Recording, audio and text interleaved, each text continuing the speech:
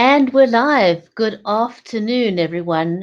Welcome to the Conversation Live Show. On the Conversation Live Show, we use live streaming to connect with authors, nonprofits, social good communities, with brands and entrepreneurs.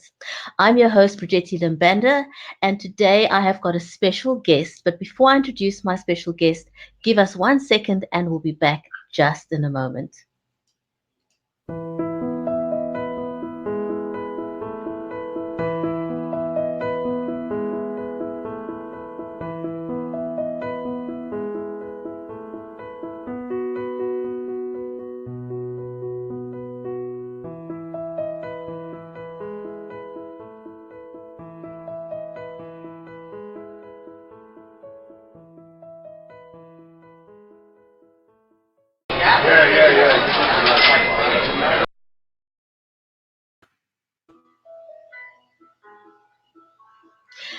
And welcome back, everyone.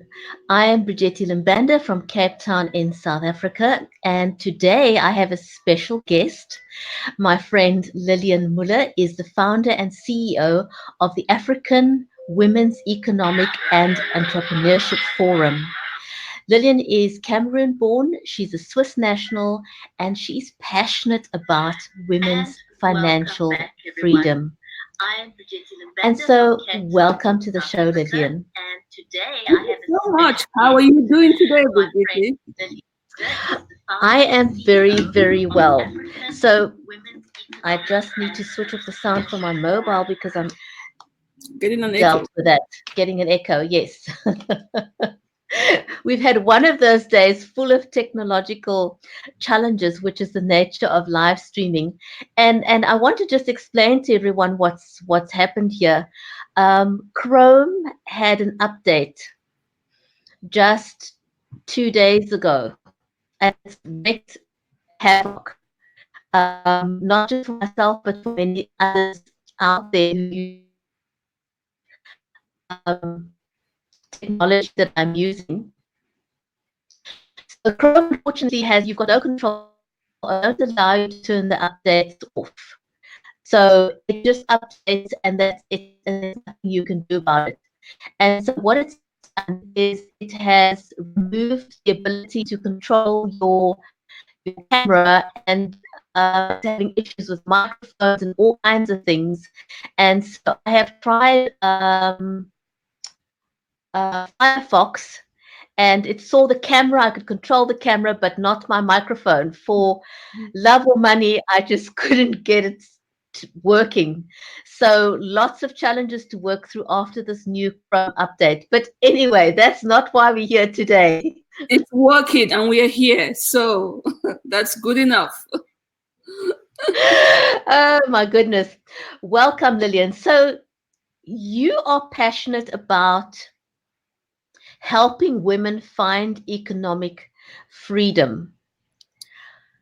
Tell me a little bit about where your passion stems from, because we all develop passion for something, but it comes something makes us want to be passionate about it. What is the source of your passion?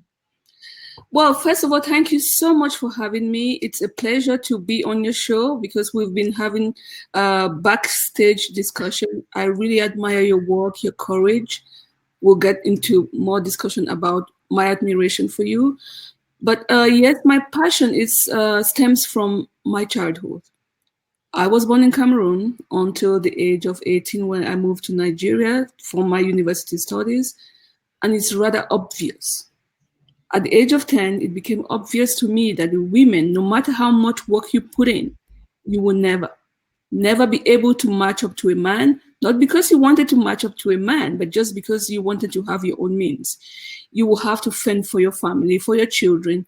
And this, from a very early age, struck me that why is there such a difference between the male and female? I couldn't just get that around my head. I couldn't just understand why you will work so hard and still be the one to suffer, to be the one who is in financial trouble, who is always struggling.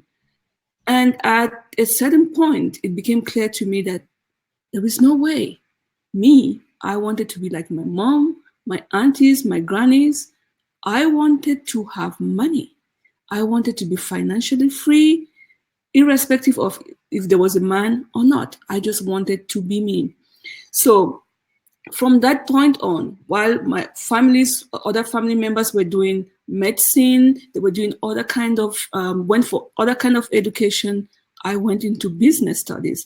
I started selling bonbons in school to be able to have my own money, to be able to have my own cash.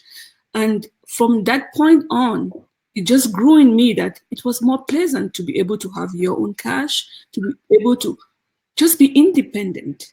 And it just grew bigger and bigger and bigger. And when I left Africa to come to Switzerland, I worked in the bank. It was also very obvious to me that women, even in the developed countries, are still struggling.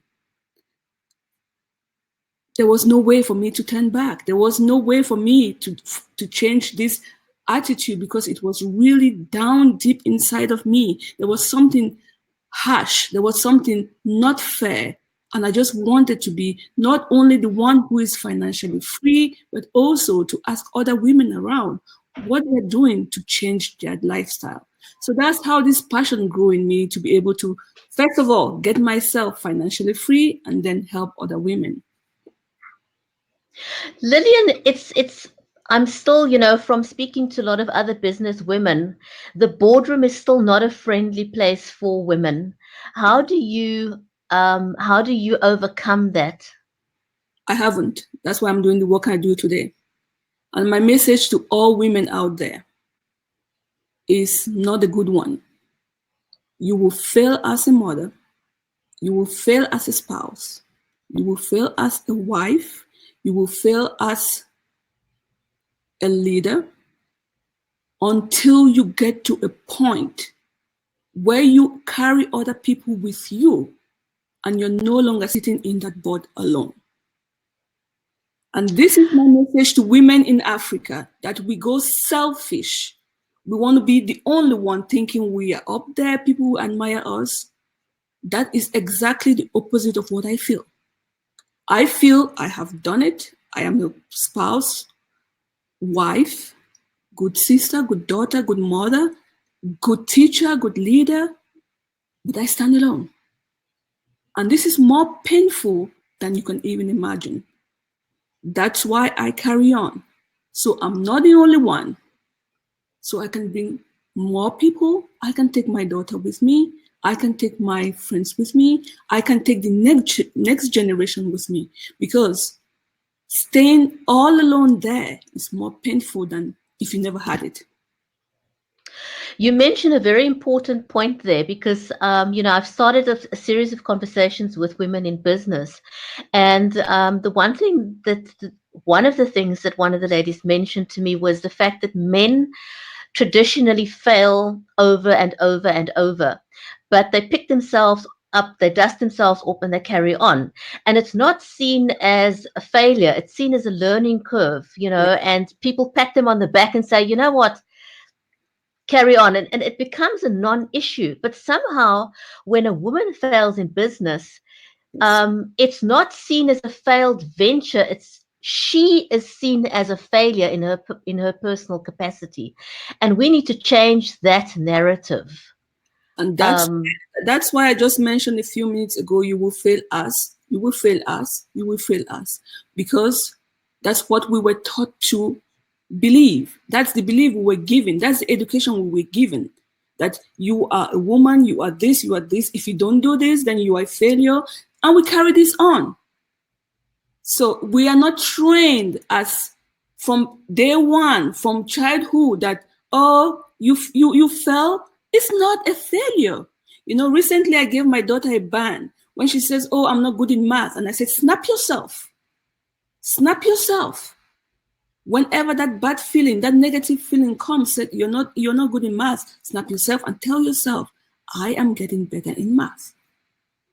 It's all about the education. It's all about the direction. It's all about how the parents, where they want to see their children go, irrespective of their age, of their gender.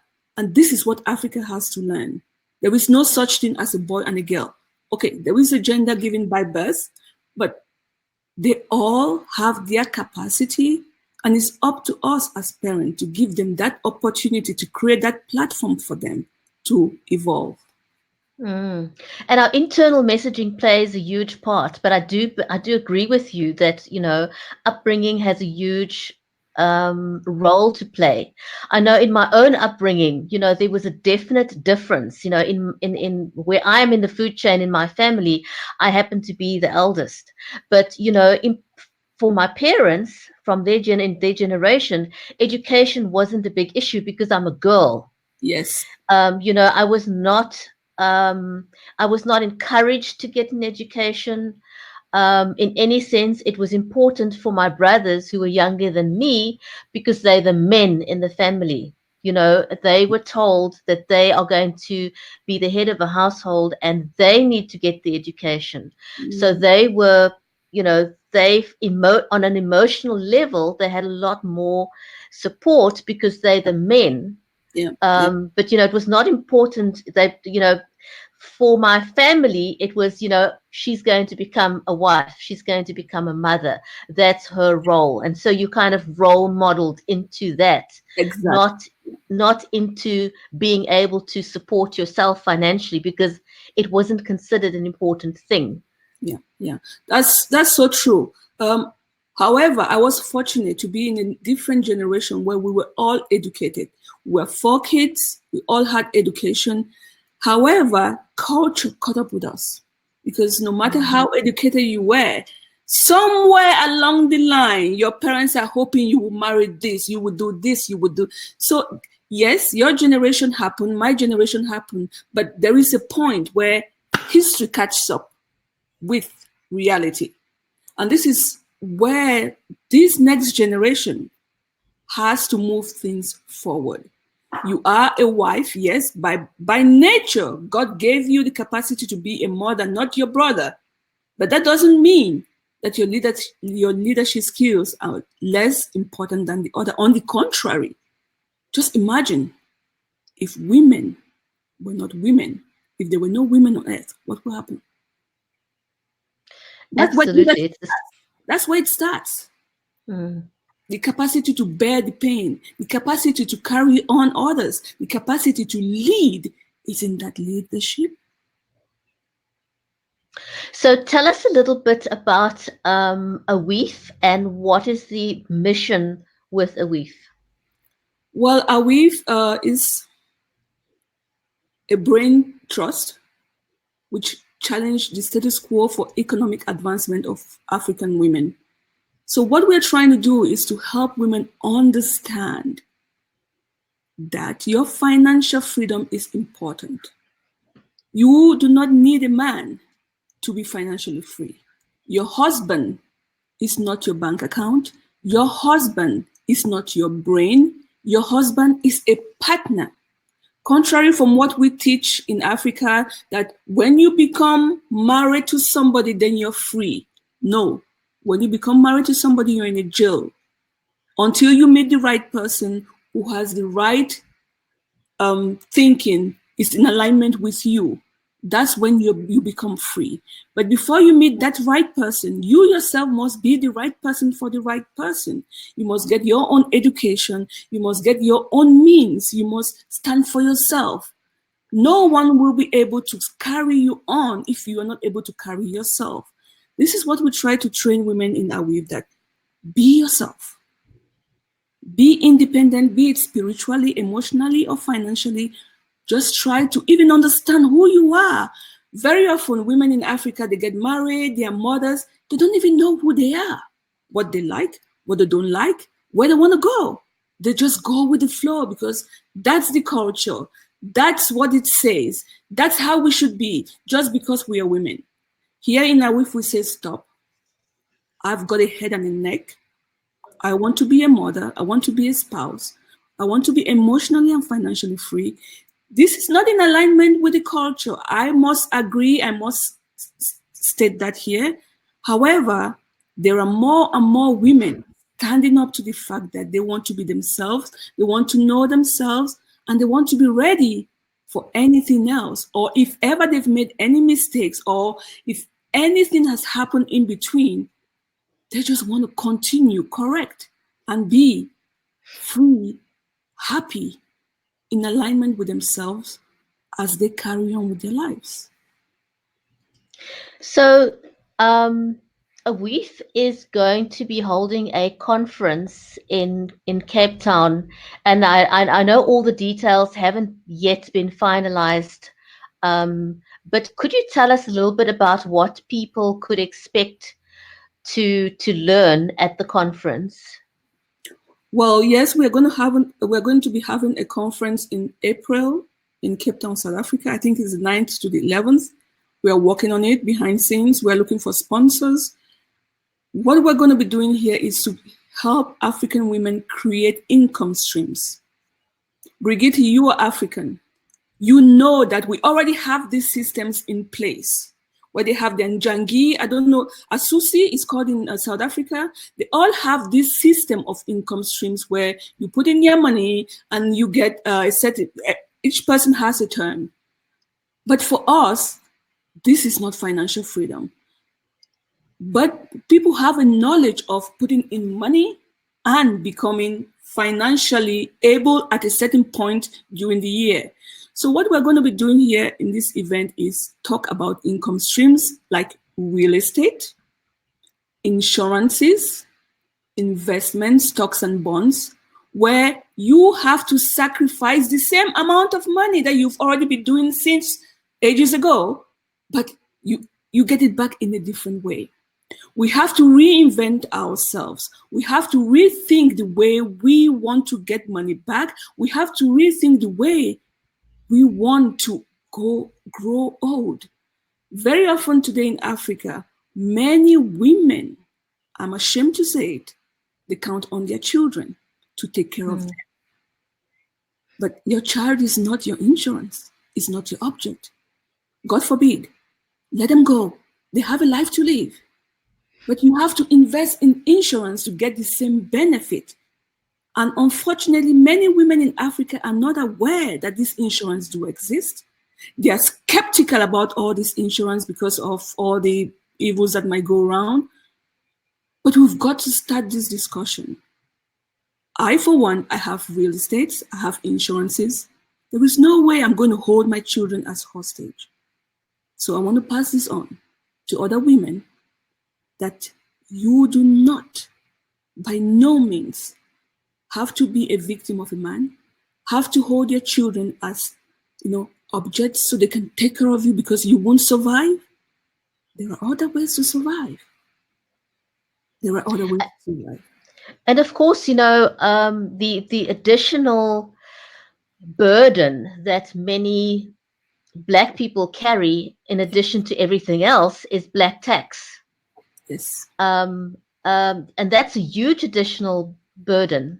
Yeah. And it's not a conversation I want to get into now because it is a conversation I would like to have at some point, because it's not all doom and gloom. I understand the intricacies around Black tax and in some ways it can be very beneficial, but the way it's applied sometimes, it can be a burden that's just too much to carry for some people. Brigitte, let's be honest here. It's not can, it is. This tax has served its purpose in a certain era, which you and I were not victims of, we're not citizens of. You and I are offsprings of that generation. It served its purpose. It worked well. But the world has evolved. We are now moving on. Why are we carrying on this burden when there are options? Why? And it's still expected. I mean, I still speak to people daily. It's still in this day and age. It's expected. I hear of stories of people who avoid going back to their hometown because they know if they arrive there without a contribution, they're not going to be received well. And it seems to have evolved into a status symbol. The more Black tax you pay back, the the better you are received back in the community, or you are sidelined by the community if you disrespect the black tax. You're speaking to one of them, not people. You're speaking to one of them. So I stand where I stand because of what I have endured, and I still endure that treatment. But I also stand my point. There is a legacy that's meant to be carried on, but at one point it has to stop because it makes no more sense to carry that legacy on. Not because we do not agree. As I said, it served its purpose. But where I stand today, it doesn't. And I see no reason why the next generation should carry on. That's why I come to the table with options, not criticizing the system, but Brigitte, you're speaking to one. I'm no more welcome in so many occasions, in so many situations, because of what I speak, how I share. But I'll stand on my point with options, not because I'm here to criticize. The Africa community, the livelihood, I have never seen this anywhere else in the world. And believe me, I have traveled. It's intact, it's strong. You can count on this community. But my question is, at what price? At what price? Lilian, this sure is a conversation that I believe is only just beginning Yes. to unfold. Yes. There needs to be a lot of conversation, but someone needs to have the conversation. Yes. Of that, I'm convinced. And we know, we need to open up the doors to the conversation so that the narrative can start to change, that our way of thinking can start to change. Everything moves forward. Technologies move forward. The way that we educate in the classroom needs to change. The way that education takes place at universities needs to change because times have changed. Yeah. What's available to us now has changed, is changing, it's evolving, and we need to find ways of keeping abreast. Yeah. Brigitte, change is good. You'll be surprised what is coming out from my own mouth after the change is good. However, there is so much in the past which is valuable, which we can carry on to the future if we decide to make it better. I want change. I admire change. I am afraid of change because it's going to, change everything. However, when I think of the benefit of the good that was, and if it's well implemented in the future, with some changes, with technology, with a little bit of sagesse, I'm eager for that change, but I'm afraid. And this is what the African community has as a problem. We hold on to because we're afraid. I am afraid too. Coming to South Africa, I may not be welcome. Going to other countries, I may not be welcome. I am afraid. But I come with options. I'm taking your love, the generosity of that country, that Mama Africa aspect of it. But I'm also pushing away those mamas that keep information to themselves, that don't want to share, that don't want to pass on. That's when the change happens. So I'm taking the best of the continent that brought me up, that gave me life. And I'm giving it a new birth, still, to something much more greater. So let's not be afraid of the change. It hurts me, it hurts you, because we have to let go, we have to reinvent, we have to walk on shaking grounds, but it's going to be beautiful. Lilian, tell me a little bit about, the conference in April. How many women are you expecting? I know that it's women from all over the globe, or is it mainly women from Africa? And what kind of sponsorship opportunities are available? Okay, basically we are hoping for 50 women, mostly African women, but again, talking about change, We want to open the doors to all women around the globe. Because we as women, we suffer the same, we feel the same effect. And I think the worst enemy to another woman is a woman. It's time for us to have this conversation from woman to woman. I don't care where you are from, America, Australia. Let's sit down and have a conversation. What is it that's working in your country, in your continent, that's not working in mine? How can we get together? How can we understand each other? How can we foster each other? So yes, we are hoping for 50, maybe more. We don't know yet. I'm working with the hotels and my event planner to speak about this, how we can accommodate and also make it affordable. Let's understand that not everybody has the means, but we want to have women from all over the world come, sit down around the tables and talk about our difficulties. Why are we so few, making decisions about other women around the world? Why is the African woman never almost on the table? Why? And apart from that event happening in South Africa, I hope to really take AWEEF to other continents so African women can expose their talent, their product, and their expertise as well, because it's really overlooked. Nobody sees the African woman for her worth. Nobody sees her for her intelligence. And I have taken that mission upon myself to take it around the continent, the world at large. Fantastic. And I know that the conference is going to be absolutely wonderful. Lilian, how can people connect with you best? Well, for the moment, you can just go to our Facebook page, which is aweef.org, or you can send me a private message at lilian.moeller@aweef.org. And I will share with you as soon as possible all the information about the event and all other shows that we're going to have around the world. Fantastic. So I want to thank each one of you who have joined us today. It was great that you joined us live. Do tell us in the comments where in the world you are watching the show from. If you have any questions for Lilian or any questions about the upcoming AWEEF conference in April in South Africa, or just wanting to know more about AWEEF as an organization, if you are looking for financial freedom, if you are looking for change, then reach out to Lilian in the comments and we definitely will get back to you. So thank you, everyone. And I want to also ask you to please share this because there are lots of other women out there who needs to hear this message. And if you are a man and you know some women in your life that would benefit from this conversation or would like to participate in the conversation, then please reach out and do share this with them as well.